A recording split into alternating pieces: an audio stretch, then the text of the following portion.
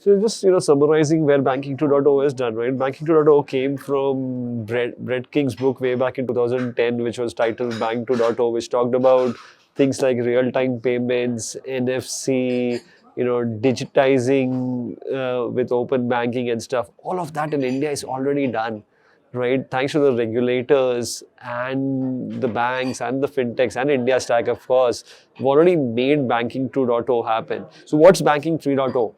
Banking 3.0 is reimagining everything to the next level. Think about payments done without you even having to wonder of a PIN. How can KYC be simplified based on who you are and not the 20 documents that you provide, right? How can apps be personalized to you today, whether it is you or your friend or your parents or anybody else? The apps that they are using are same. Maybe a few products here and there are personalized, but it's the same app at the end of the day. Banking 3.0 will get to, with generative AI and other stuff, get to personalization at n equal to 1, which means each one will have their own completely personalized app. You like, investments and don't care about borrowing money, your app is fully focused towards that. You want to do only payments and don't care about investments and stuff, your app is purely focused for payments. So that's really what Banking 3.0 could be. I think there is a lot of opportunity across each space, right? I think each space has built their building blocks over the last 4 or 5 years. The smart intelligence layer that AI will bring is not there in each. And so you'll see each of these subsegments grow, but you'll also see a segment which you're seeing all the various segments try and come at the same banner of being sort of a super app, right? So I don't like to use the word super app, but at the same time you will see providing a financial hub be the key segment that takes care of all of these sub-segments. And a lot of players, they may start from payments or investments or lending, are all trying to come to be that central financial hub, and I see that to be the big next play.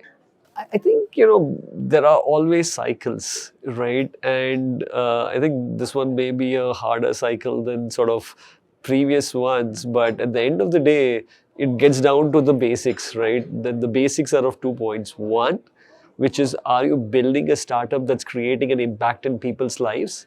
And two, whether your fundamental business basics are right.